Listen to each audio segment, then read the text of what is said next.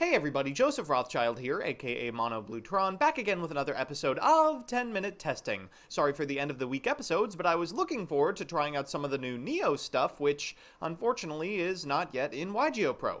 Because of that, we're trying out something I've wanted to for a while now, and even more so since two new releases that might finally let you prove you're the master a little more consistently.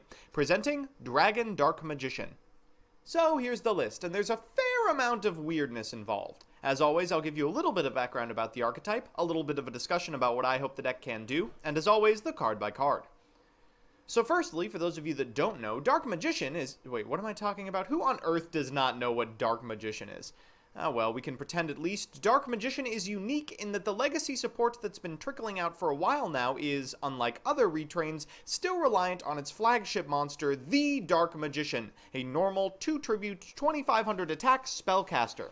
This is largely due to the 3 actually good pieces of DM support, Magician's Rod, and the 2 good cards it searches, Dark Magical Circle and Eternal Soul. These 2 have incredible synergy, allowing you to recycle Magicians and banish your opponent's cards on repeat, but Eternal Soul's got a pretty big downside. Whenever it leaves the field, all of your monsters are destroyed. People usually attribute Dark Magician's lack of playability to this unspeakably terrible weakness. But now they've got no excuse. Mana Dragon Zirnitron, a new release in Saiho, does everything you could ever want for the deck. It triggers from hand or graveyard when a spell or trap you control is removed from the field, then can reborn both itself and a spell or trap from your graveyard. Usually you're just using it to return the Eternal Soul they just popped, but you can also snag yourself some sweet Magician-specific one-ofs as well. Zirnitron's uses don't just end there, however. The new V-Jump promo, Keeper of Dragonic Magic, might just be the best thing for the deck since, well, the last DM V-Jump promo.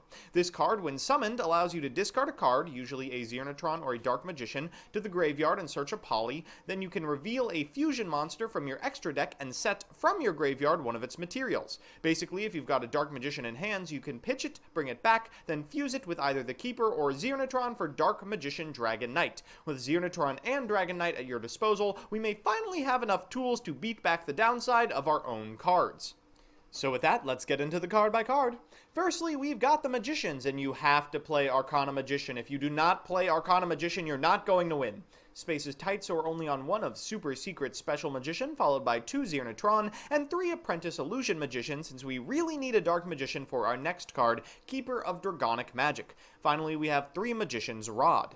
For spells, we've got some one-ofs, 1 Dark Magic Attack to search off of Soul, 1 Foolish Burial, 1 Illusion Magic, 1 Polymerization, 2 Called by the Grave. The way it works is if you have Called, you don't have to play hand traps, right? Right? 3 Dark Magic Circle, 3 Goats, and 2 Desires, like the little baby I am. For traps, we've got 3 Magician's Navigation, 3 Eternal Soul, 3 Infinite Impermanence, 1 Skill Drain, and 2 Evenly Matched. In the extra, we've got Dark Magician Dragon Knight, Big Eye, Illusion Magician, Narito, Topologic, Borreload, Boral Sword, Trisbania, Unicorn, Phoenix, Cerberus, Mermaid, Spider, and Link Haribo. So with that, let's jump into the games.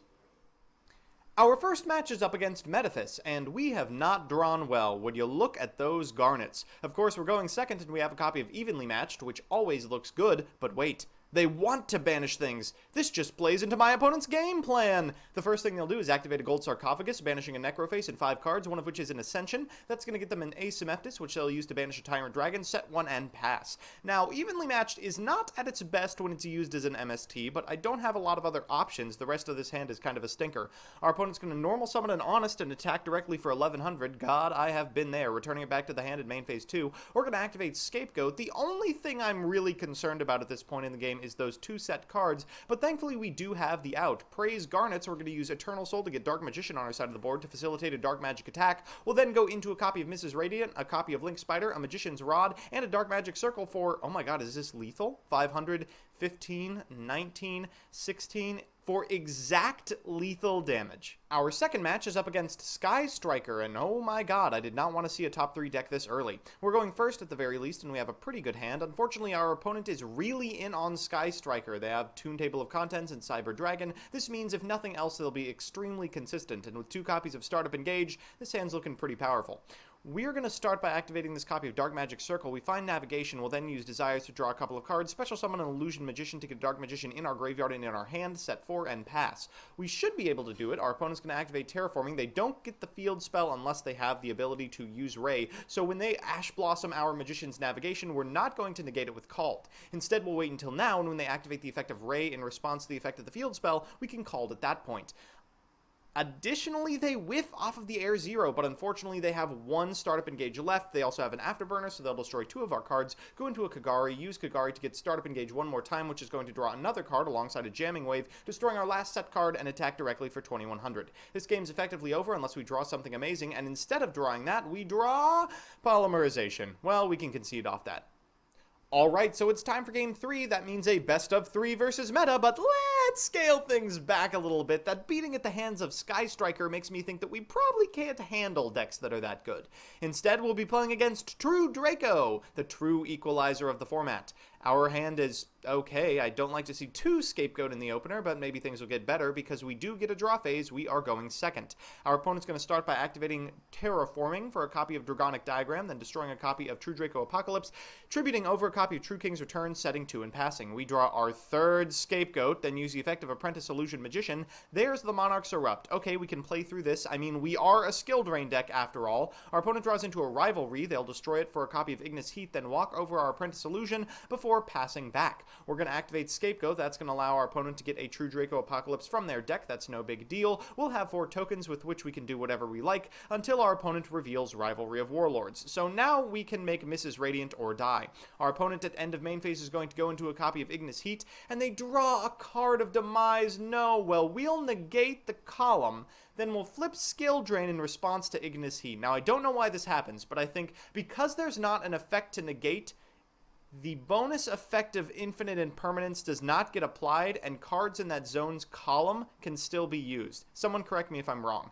Our opponent's going to go through the motions, setting up as many monsters as they can before popping everything that we hold dear, and then walking over our remaining monsters. Unfortunately, they are doing this while we have 2 goats on our side of the field, so we can't even chain the goats that are set. They're going to pass it back to us. We'll reveal our last goat. They're going to use Marianime for Dryad 3, and, oh, I don't know. These 4 lambs are going to have to pull their weight. We draw into... Oh, okay, well, that's not going to do it. Instead, we're going to go into Mrs. Radiant, attack into a copy of Dynamite Knuckle, then use the Grave effect of Mrs. Radiant to put her back so we can BM before we concede. Alright, so it's time for Game 2, and our hand this game is much better than it was last game. We have a copy of Evenly Matched, which is just killer in the True Draco matchup, but unfortunately, we are going first. Still, we can probably get away with playing a little bit greedy. We're going to activate this copy of Foolish Burial, sending a Zirnitron to graveyard and passing it back. It's not like they're going to OTK us. They'll activate Dragonic Diagram, destroying a True Draco Phoenix for a Heritage, then tribute over a second one for Maiden, use Heritage to draw a card, set 2 and attack. I'm pretty sure the card in their hand is Card of Demise, so I don't activate Evenly Matched on the end of their battle phase, but I'll do it now once it's revealed it isn't. It's going to be a 4 for 2, and maybe that's enough to win us the game. In main phase 2, we're going to activate Dark Magic Circle. We find Eternal Soul, and we'll have a Dark Magician in hand. We'll set 2 and pass. Things are looking up. In draw phase, we're going to activate the effect of Eternal Soul so we can banish this copy of Dragonic Diagram. We unfortunately can't really do it in response because it doesn't work like that. They're going to destroy our Eternal Soul, but we do have a Zirnitron, so this is going to trigger the effect of their monster, but also get us Eternal Soul back. We lose everything, but it's not a big deal because bringing back Magician repeatedly is so killer in matchups where cards don't float. We draw into a second Eternal Soul, which is kind of bricky, but at this point we should be able to pull ahead regardless. Now, the Scapegoat is kind of rotting in our spell and trap card zone because, of course, we want to activate it on a turn that we're not special summoning any other monsters. Our opponent finds, oh my god, a Card of Demise. They're going to force our hand with this copy of Eternal Soul. We'll banish a Watto, and ugh! They find Dragonic Diagram, they find another Ignis, and they find, of all things, a Dryad 3. Now, Dryad is funny because he floats even if you banish him, so we're going to have to figure something out. We'll normal summon a Keeper of Dragonic Magic, then go into a Troymare Phoenix, get our copy of Dark Magician back to destroy that copy of the field spell and pass it back. Our opponent's going to activate Terraforming for another Dragonic Diagram, destroying their own Dryad for a copy of Ignis Heat, getting a second Dryad, then tributing over for an Ignis Heat. Oh my god, the card they drew! It's Card of Demise again! Well, they're going to pop our Eternal Soul. That's not great. We're going to chain by getting a copy of Dark Magic Attack to our hand, and then we can make Scapegoat blockers, which is something at the very least. Phoenix maybe is going to come in handy at this point, and we have a card in hand, so maybe we can make this work. We draw another Dragonic Magic, so maybe we can even make the fusion. We're going to use Unicorn to send this copy of Dragonic Diagram back to our opponent's deck, then we can banish this copy of Dryad 3 and get over their remaining monsters. Things are looking up. We're going to go into a Cerberus so that we still have access to the Dark Magician and Graveyard. They draw into a trap, and the card of Demise goes off again. Here comes Dragonic Diagram. We're going to do our best to banish it, hoping they don't have enough targets in deck that they'll naturally have drawn into one, but unfortunately they have. They can destroy Eternal Soul and pass it back to us. We draw into a brick, so we'll normal summon a Keeper of Dragonic Magic, and Monarchs erupt. We can't even make the fusion to protect ourselves. They find a Rivalry of Warlords, but it doesn't matter what they find at this point. Anything basically wins the game for them, as long as it keeps that copy of Monarchs erupt face up, and in a cruel twist of fate, we've drawn into our Polymerization, which is not going to be enough. They'll attack directly, and the game ends. So, we're back with the deck, and it's not any better! People all over the sub were shilling Zirnitron as this fix-all for the deck's issues, but it's terrible! Here's why. Attributing the problems of this deck to Eternal Soul was kind of a spook, to borrow a Sternerism. People were convinced that this was the missing link, and that mitigating the self-Regeki effect would be enough to make the deck playable. But that's not even close to the issue. Even if that effect wasn't on Soul, popping Circle in response to the banish trigger would be just as devastating. The real issue is that the power plays of Dark Magician are too slow, not explosive enough, and extremely inconsistent. When you can interact with a top deck 4 times on their turn, like we did in the Striker game, and still lose, that should be a wake-up call. When you can have the banish advantage lock up for 10 turns, like we did against TD, and still lose, you should recognize the deck's not good. And when you rely on Metaphys bricking to pick up any wins at all, maybe it's time to admit you're not the master. So that's that. You know, my mother always told me there were 3 things that are certain in this world: death, taxes, and the Yu-Gi-Oh! Subreddit overvaluing a card's playability.